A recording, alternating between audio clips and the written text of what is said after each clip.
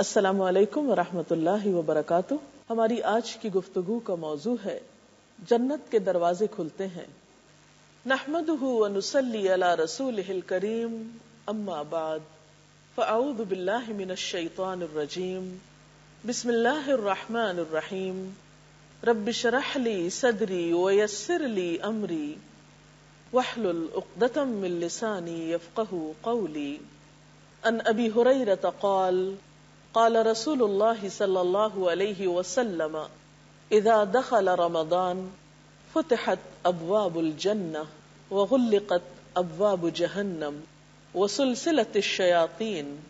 حضرت ابو ہریرہ رضی اللہ تعالی عنہ روایت کرتے ہیں کہ رسول اللہ صلی اللہ علیہ وسلم نے فرمایا، جب رمضان کا مہینہ آتا ہے تو جنت کے دروازے کھول دیے جاتے ہیں، جہنم کے دروازے بند کر دیے جاتے ہیں اور شیاطین قید کر دیے جاتے ہیں۔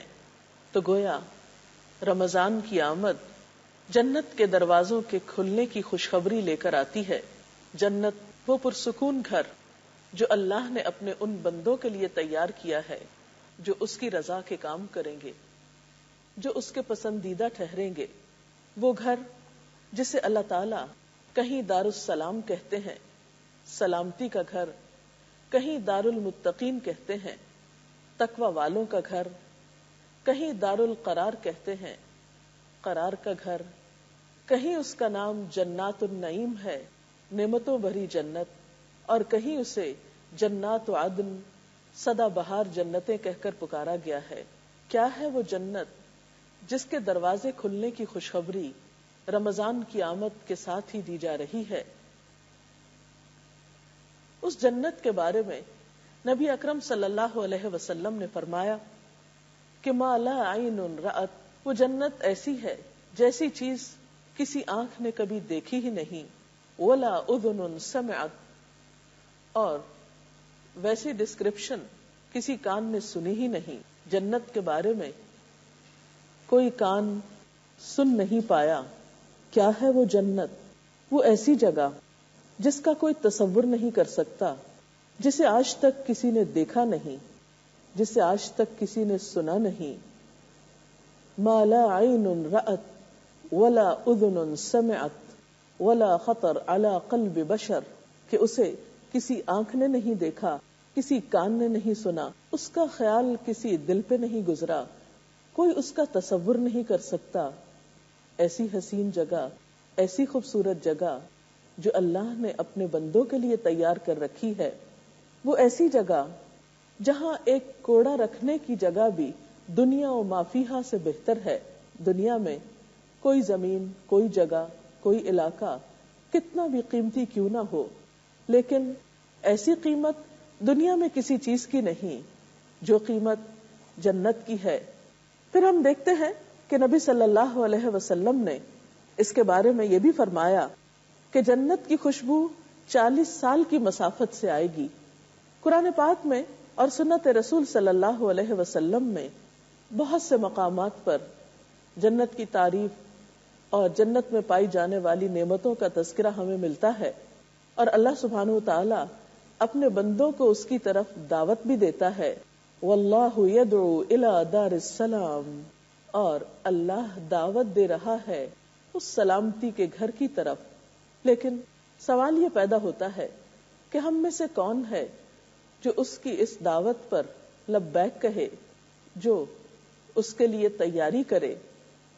آپ صلی اللہ علیہ وسلم نے فرمایا، کوئی شخص جس کو جنت میں جانے کا شوق ہو پھر وہ سو نہیں سکتا، یعنی اس کی ایسی ایکسائٹمنٹ اس کو ہوتی ہے، ایسا شوق اس کو لاحق ہوتا ہے کہ پھر وہ غفلت کی زندگی بسر نہیں کر سکتا۔ اس کا معنی یہ نہیں کہ اس کو کبھی نیند نہیں آئی، اس کا مطلب یہ ہے کہ پھر وہ غافل نہیں ہوتا، وہ نیکی کے کسی بھی موقع کو ہاتھ سے نہیں جانے دیتا، کیونکہ اسے معلوم ہے کہ اس نے ایک بہت مہنگا سودا کر رکھا ہے۔ آپ صلی اللہ علیہ وسلم اسے اللہ تعالی کے سودے سے بھی تعبیر کرتے ہیں، فرماتے ہیں، الا ان سلعۃ اللہ غالیہ، الا ان سلعۃ اللہ الجنہ، سنو اللہ کا سودا بڑا مہنگا ہے، سنو اللہ کا سودا جنت ہے۔ کون ہے جو اللہ تعالیٰ کے ساتھ یہ سودا کر لے لیکن اس سودے کی شرائط جب تک پوری نہ ہو اس وقت تک اس چیز کا حصول ممکن نہیں. رمضان المبارک وہ مہینہ ہے جس میں ہمیں یہ موقع ملتا ہے کہ ہم کچھ ایسے کام کر سکیں جن سے ہم اس گھر تک پہنچ پائیں. حضرت سہل بن سعد روایت کرتے ہیں کہ میں رسول اکرم صلی اللہ علیہ وسلم کی ایک مجلس میں حاضر تھا. اس میں آپ نے جنت کا حال بیان کیا, یہاں تک کہ بے انتہا تعریف فرمائی. آخر میں بتایا جنت میں ایسی ایسی نعمتیں ہیں جنہیں کسی آنکھ نے دیکھا نہیں, کسی کان نے ان کی تعریف نہیں سنی, نہ ہی ان کا تصور کسی آدمی کے دل میں پیدا ہوا ہے. پھر آپ نے یہ آیت تلاوت فرمائی کہ یہ جنت ان لوگوں کے لیے ہے کہ تتجافى جنوبهم عن المضاجع يدعون ربهم خوفا وطمعا ومما رزقناهم ينفقون فلا تعلم نفس ما اخفي لهم من قرة اعين جزاء بما كانوا يعملون. یہ جنت ان لوگوں کے لیے ہے جن کے پہلو بستروں سے الگ رہتے ہیں, جو اپنے رب کو عذاب کے ڈر سے اور ثواب کی امید سے پکارتے ہیں, اور جو رزق ہم نے ان کو دیا ہے اس میں سے اللہ کی راہ میں خرچ کرتے ہیں. کوئی نہیں جانتا ان نعمتوں کو جو ان کی آنکھوں کو ٹھنڈک پہنچانے والی ہیں اور ان سے چھپا کر رکھی گئی ہیں. یہ نعمتیں بدلہ ہے ان اعمال کا جو وہ دنیا کی زندگی میں کرتے رہے. تو گویا جنت کا حصول اس کے لیے جو کوششیں انسان کو کرنا ہے ان میں اہم ترین چیز رات کی نیند کم کر کے نماز کی ادائیگی ہے. اور رمضان اس کا ایک بہترین موقع ہے جب پورا ماحول ہمیں اس کے لیے سپورٹ کرتا ہے. ہر طرف فضا میں اللہ کے نام کی پکار ہوتی ہے, پورا ایک روحانی منظر ہوتا ہے جس میں انسان کے لیے طویل نماز پڑھنا آسان ہو جاتی ہے. عام دنوں میں رات کو تہجد پڑھنے کے لیے اٹھنا ایک مشکل کام ہے, لیکن رمضان میں تراویح اور طویل نماز اور رات کی نماز نسبتاً ایک آسان کام ہو جاتا ہے. پھر اسی طرح خاص طور پر دعائیں مانگنے کی طرف یہاں اشارہ ہے کہ وہ اپنے رب کو خوف اور امید کی حالت میں پکارتے رہتے ہیں, یعنی خوب خوب دعائیں کرتے ہیں. پھر اسی طرح جو رزق ہم نے ان کو دیا ہے اس میں سے خرچ کرتے ہیں. اور یہ مہینہ بھی ہمیں جب ہم بھوک کے ایک تکلیف سے گزرتے ہیں یا کچھ چیزوں سے اپنے آپ کو روکتے ہیں تو ایسے لوگوں کا احساس ہمارے دل میں پیدا ہوتا ہے کہ جو صرف رمضان میں نہیں, روزے کی حالت میں نہیں, عام حالات میں بھی ان نعمتوں سے محروم ہوتے ہیں جن سے ہم شعوری طور پر رمضان میں کنارہ کشی کرتے ہیں. تو لازمی طور پر ایسے لوگوں کا خیال ہمارے دل میں آتا ہے اور ان کے ساتھ بھی ہمدردی کرنے کو جی چاہتا ہے اور ان کی ضروریات پوری کرنے کا بھی خیال اور احساس پیدا ہوتا ہے. وہ جنت جس میں ایک کوڑا رکھنے کی جگہ دنیا و ما فیہا سے بہتر ہے, وہ جنت جس کی وسعت آسمان و زمین کے برابر ہے, جیسا کہ قرآن پاک کی ایک آیت سے پتہ چلتا ہے وَسَارِعُوا إِلَى مَغْفِرَةٍ مِّن رَبِّكُمْ وَجَنَّةٍ عَرْضُهَا السَّمَاوَاتُ وَالْأَرْضُ أُعِدَّتْ لِلْمُتَّقِينَ. دوڑو اپنے رب کی مغفرت کی طرف اور اس جنت کی طرف جس کی چوڑائی آسمان و زمین جیسی ہے. وہ جنت متقی لوگوں کے لیے تیار کی گئی ہے. تو گویا وہ جنت جو ایک انتہائی قیمتی جگہ ہے اس کو پانے کے لیے اہم ترین شرط تقویٰ ہے, اور تقویٰ رمضان میں بہتر طور پر حاصل ہوتا ہے. اور روزے کا مقصد بھی یہی ہے کہ انسانوں کے اندر تقویٰ پیدا ہو جائے. جنت کا ایک خاص دروازہ ہے جس کا نام الریان ہے. وہ ہے بھی ان لوگوں کے لیے جو روزے رکھتے ہوں. حدیث پاک میں آتا ہے, آپ صلی اللہ علیہ وسلم نے فرمایا ان فی الجنت بابا یقال له الریان يدخل منه الصائمون يوم القیامت لا يدخل منه احد غیرهم. جنت میں ایک دروازہ ہے جس کا نام ریان ہے, جس سے قیامت کے دن روزہ دار گزریں گے, ان کے علاوہ اس دروازے سے کوئی دوسرا نہیں گزرے گا. تو گویا اس دروازے سے داخل ہونے کے لیے بھی روزے رکھنا شرط ہے.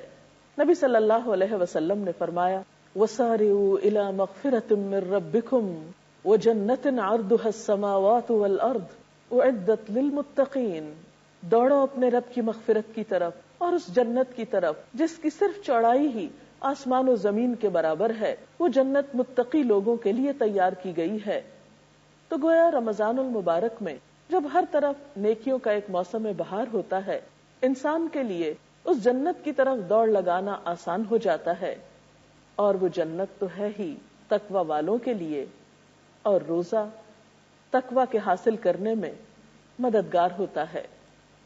اور پھر ہم دیکھتے ہیں کہ جنت کے دروازوں میں سے ایک دروازہ مخصوص کر دیا گیا ہے ان لوگوں کے لیے جو روزے رکھتے ہوں۔ ایک حدیث پاک میں آتا ہے، عن سہل بن سعد قال قال رسول اللہ صلی اللہ علیہ وسلم ان فی الجنة بابا يقال له الریان يدخل منه الصائمون يوم القيامة لا يدخل منه احد غیرهم متفق علیہ۔ حضرت سہل بن سعد کہتے ہیں کہ رسول اللہ صلی اللہ علیہ وسلم نے فرمایا، جنت میں ایک دروازہ ہے جس کا نام ریان ہے، جس سے قیامت کے دن روزہ دار گزریں گے اور ان کے علاوہ اس دروازے سے کوئی دوسرا نہیں گزرے گا۔ تو اس سے بھی آپ اندازہ لگا سکتے ہیں کہ رمضان المبارک اور جنت کو باہم کیا نسبت ہے، اور روزہ داروں کے لیے جنت میں جانے کے لیے کیسا خاص مقام ہے۔ آپ صلی اللہ علیہ وسلم نے یہ بھی فرمایا کہ جب رمضان کی اول رات ہوتی ہے تو بڑے بڑے سرکش جن اور شیطان قید کر دیے جاتے ہیں، گویا نیکی کا موقع عام ہوتا ہے، جنت کا حصول آسان ہوتا ہے، اور دوزخ کے دروازے بند ہو جاتے ہیں، پھر ان میں سے کوئی دروازہ نہیں کھلتا، اور جنت کے دروازے کھل جاتے ہیں، پھر ان میں سے کوئی دروازہ بند نہیں ہوتا، اور اللہ کی طرف سے پکارنے والا پکارتا ہے کہ اے بھلائی کے تلاش کرنے والے آگے بڑھ، یا باغی الخیر اقبل، اور اے گناہ کے کرنے والے اب پیچھے ہٹ جا، ویا باغی الشر اقصر، اب تو باز آ جا۔ اللہ تعالیٰ بہت سے لوگوں کو دوزخ سے آزاد کر دیتا ہے، اور ایسا ہر رات ہوتا ہے۔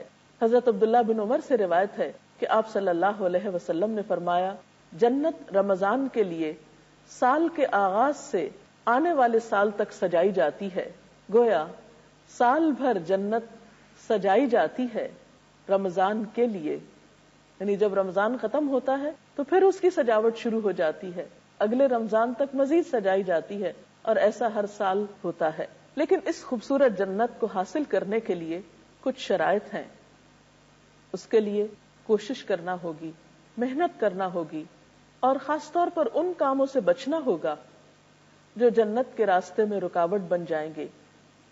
آپ صلی اللہ علیہ وسلم کو جب جنت دکھائی گئی تو آپ اتنا خوش ہوئے، اور آپ سوچنے لگے کہ جو شخص بھی اس کے بارے میں جانے گا وہ ضرور یہاں تک پہنچے گا۔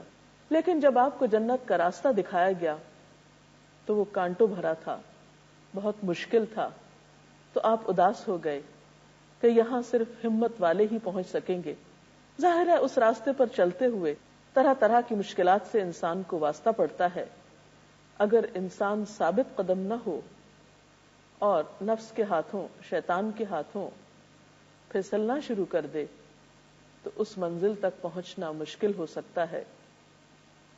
لہذا ہمیں یہ جاننے کی بھی ضرورت ہے کہ وہ کون سے کام ہیں جو جنت کے راستے کی رکاوٹ ہیں، وہ کون سی عادتیں ہیں جو ہمارے لیے اس راستے کو مشکل کر سکتی ہیں، وہ کون سی خواہشات ہیں جن پر قابو پانا ہوگا تاکہ ہم اس بلند منزل تک جا پہنچیں۔ اس سلسلے میں ایک بہت خوبصورت حدیث ہے۔ حضرت انس رضی اللہ تعالی عنہ کہتے ہیں، رسول اللہ صلی اللہ علیہ وسلم نے فرمایا، جنت عدن کو اللہ تعالیٰ نے اپنے ہاتھ سے تعمیر کیا، جس کی ایک اینٹ سفید موتی کی، ایک سرخ یاقوت کی، اور ایک سبز زمرد کی ہے۔ آپ ذرا اس کمبینیشن کو ذہن میں لائیے کہ کتنا خوبصورت کمبینیشن ہے، اور ان کے مٹیریل کو کہ کیا حسن ہوگا اس تعمیر میں۔ اس کی مٹی مسک کی ہے، یعنی کستوری کی، اس کے سنگریزے لؤلؤ کے ہیں، یعنی موتیوں جیسے، اس کا گھاس زعفران کا ہے، خوشبودار۔ اس جنت کی تعمیر کے بعد اللہ تعالیٰ نے جنت سے خطاب کیا اور فرمایا، کچھ کہو۔ جنت نے کہا، قد افلح المؤمنون، یقیناً فلاح پا گئے ایماندار لوگ۔ پھر اللہ تعالیٰ نے فرمایا میرے جلال اور عزت کی قسم، کوئی بخیل تجھ میں داخل نہ ہو سکے گا، کوئی تنگ دل انسان تجھ میں نہ آ سکے گا۔ پھر رسول اللہ صلی اللہ علیہ وسلم نے یہ آیت تلاوت فرمائی وَمَن يُوقَ شُحَّ نَفْسِهِ فَأُولَئِكَ هُمُ الْمُفْلِحُونَ، جو لوگ نفس کی بخیلی سے، دل کی تنگی سے بچا لیے گئے، وہی فلاح پا گئے، کامیاب ہو گئے۔ تو گویا جنت کی وسعتوں کو پانے کے لیے شرط ہے کہ انسان کے دل میں وسعت ہو، انسان دل کی تنگی کا شکار نہ ہو، دوسروں کے لیے وہی چاہے جو اپنے لیے چاہتا ہے۔ پھر اسی طرح کچھ اور کام بھی ہیں جو جنت کے راستے میں رکاوٹ بن سکتے ہیں۔ ان میں ایک کام حرام طریقے سے مال کمانا ہے۔ حضرت ابو بکر رضی اللہ تعالی عنہ سے روایت ہے کہ رسول اللہ صلی اللہ علیہ وسلم نے فرمایا جو جسم حرام غذا سے پلا ہے وہ جنت میں نہیں جائے گا۔ رمضان میں اس بات کی کوشش بھی کرنی چاہیے کہ جس رب کے حکم سے ہم حلال چھوڑ دیتے ہیں اسی کے حکم سے ہم حرام سے بچنا بھی سیکھیں۔ پھر اسی طرح قطع رحمی کرنے والا، رشتوں کو کاٹنے والا بھی جنت میں نہ جا سکے گا۔ حضور صلی اللہ علیہ وسلم نے فرمایا لا يدخل الجنت قاطع، قطع رحمی کرنے والا جنت میں داخل نہ ہو سکے گا۔ اسی طرح اپنی رعایا کو دھوکہ دینے والا حاکم بھی جنت میں نہ جا سکے گا۔ آپ صلی اللہ علیہ وسلم نے فرمایا مسلمان رعیت پر حکومت کرنے والا حاکم اگر اس حال میں مرا کہ وہ اپنی رعیت سے دھوکہ کر رہا تھا تو اللہ تعالیٰ اس پر جنت حرام کر دے گا۔ اس سے پتہ چلتا ہے کہ ایک حاکم کو اپنے عوام کے ساتھ کتنا مخلص ہونے کی ضرورت ہے۔ اسی طرح آپ صلی اللہ علیہ وسلم نے یہ بھی فرمایا کہ لا يدخل الجنت منان ولا عاق ولا مدمن خمر، کہ احسان جتانے والا، والدین کا نافرمان اور ہمیشہ شراب پینے والا جنت میں داخل نہ ہوگا۔ گویا یہ اعمال بھی جنت کے راستے کی رکاوٹ ہیں۔ پھر فرمایا لا يدخل الجنت من لا يأمن جاره بوائقه، کہ جس شخص کا ہمسایہ اس کے شر سے محفوظ نہ ہو وہ شخص بھی جنت میں داخل نہ ہوگا۔ ایک اور جگہ پر فرمایا لا يدخل الجنت الجواز ولا الجعزری، بد زبان اور بد مزاج آدمی جنت میں نہ جائے گا۔ آپ دیکھتے ہیں کہ یہ وہ صفات ہیں جو دنیا میں بھی معاشرے کو جہنم بنا دیتی ہیں۔ دوسروں کو بد زبانی سے تنگ کرنا، دوسروں کو ستانا، دکھ دینا، رشتہ داروں سے تعلق توڑ لینا اور اسی قسم کی اور بہت سی بد اخلاقیاں انسان کو دنیا میں بھی بہت سی مشکلات سے دوچار کرتی ہیں۔ اگر ایسے شخص کو جنت میں بھیج دیا جائے تو وہ جنت کو بھی جہنم میں بدل دے گا اپنی بد اخلاقی کی وجہ سے، اس لیے ایسے لوگوں کا وہاں داخلہ ہی بند کر دیا گیا۔ اسی طرح ایک اور حدیث میں آتا ہے کہ تکبر کرنے والا جنت میں نہ جائے گا۔ لا يدخل الجنت من كان في قلبه مثقال ذرة من كبر، جس شخص کے دل میں رتی برابر بھی کبر ہو، تکبر ہو، وہ جنت میں داخل نہ ہو سکے گا۔ اسی طرح آپ نے فرمایا لا يدخل الجنت قطات، چغل خور جنت میں داخل نہ ہوگا۔ چغل خور کون ہوتا ہے؟ چغلیاں کھانے والا۔ چغلی کیا ہوتی ہے؟ ایک شخص کی برائی کسی دوسرے کے پاس اس نیت سے جا کر کرنا کہ دونوں کے باہم تعلقات خراب ہو جائیں۔ تو ظاہر ہے جو شخص دنیا میں لوگوں کے تعلقات میں بگاڑ پیدا کرتا ہے، وہ معاشرے میں بدامنی پھیلاتا ہے، ایسا شخص جنت کے امن کو بھی برباد کر سکتا ہے، اس لیے اسے جنت میں جانے کی اجازت نہ ہوگی۔ جی، جیسا کہ آپ نے کہا کہ جو لوگ نفس کی بخیلی کا شکار ہوں گے وہ جنت میں نہیں جا سکیں گے، تو نفس کی بخیلی سے کیا مراد ہے؟ جی ہاں، حدیث کے مطابق جو لوگ نفس کے بخل کا شکار ہوں گے وہ جنت میں نہیں جا سکیں گے۔ تو نفس کا بخل کیا ہوتا ہے؟ نفس کا بخل دل کی تنگی، اور ایسی تنگی کہ جس میں انسان ہر خیر، ہر بھلائی اور ہر خوشی صرف اپنے لیے چاہے، خود غرضی دکھائے، وہ شخص دوسروں کی پرواہ نہ کرے، تو ایسا شخص نفس کی تنگی یا بخل کا شکار ہوتا ہے۔ یعنی بخل سے مراد یہاں صرف مال کا بخل نہیں، دوسری چیزوں کا بخل بھی ہے، اور یہ تمام خرابیوں کی جڑ ہوتی ہے۔ آپ نے جیسے بتایا کہ رمضان کے مہینے میں جنت کے دروازے کھول دیے جاتے ہیں اور دوزخ کے بند کر دیے جاتے ہیں، تو کیا وہ شخص جو بہت گنہگار ہے اس مہینے میں فوت ہو جائے تو وہ جنت میں جائے گا؟ اس مہینے کے آنے پر اگر اس نے توبہ کر لی، جیسے اس میں رحمت کا اشرہ بھی ہے، مغفرت کا بھی ہے، دعاؤں کے مواقع بھی ہیں، روزے کی حالت میں ہے، عبادت کی حالت میں ہے، تو انشاءاللہ ان نیکیوں کی وجہ سے اس کے پچھلے گناہ معاف ہو جائیں گے اور اللہ تعالیٰ سے رحمت کی امید کی جاتی ہے۔ لیکن اس کا یہ مطلب نہیں کہ ایک شخص محض رمضان میں فوت ہونے سے صرف جنت میں چلا جائے، حالانکہ اس نے روزہ بھی نہ رکھا ہو یا ان فرائض کو بھی پورا نہ کیا ہو، تو یہ اس کا معنی نہیں بنتا۔ جی میڈم، میرا سوال یہ ہے کہ اگر والدین جو ہیں وہ ان کی کمائی مطلب کہ حلال نہیں ہے اور وہ اپنے بچوں کو بھی کھلاتے ہیں، تو پھر وہ اس بچوں کا کیا قصور ہے کہ بھئی؟ بچوں کو ماں باپ کی غلطی کی سزا نہیں دی جائے گی، اور اسی طرح اگر کوئی شوہر غلط کام کرتا ہے، حرام طریقے سے کما کر لاتا ہے اور اس کی بیوی اس میں راضی نہیں، لیکن اس کی مجبوری ہے کہ وہ اس گھر میں رہتی ہے، تو انشاءاللہ تعالی بیوی بھی اس کی ذمہ دار نہیں ہوگی۔ لیس للانسان الا ما سعى، ہر شخص جو کوشش کرتا ہے وہی اس کو ملے گی۔ اگر بیوی کی کوشش یہ ہے کہ وہ حرام سے بچے اور اپنے شوہر کو سمجھاتی بھی ہے اور اس معاملے میں اس کو ہر طرح کا تعاون دینے پر بھی تیار ہے، تو ایسے میں اگر شوہر کو غلطی کرتا ہے تو بیوی کو اس کی سزا نہیں ملے گی انشاءاللہ۔ اب اجازت چاہتے ہیں، اللہ حافظ۔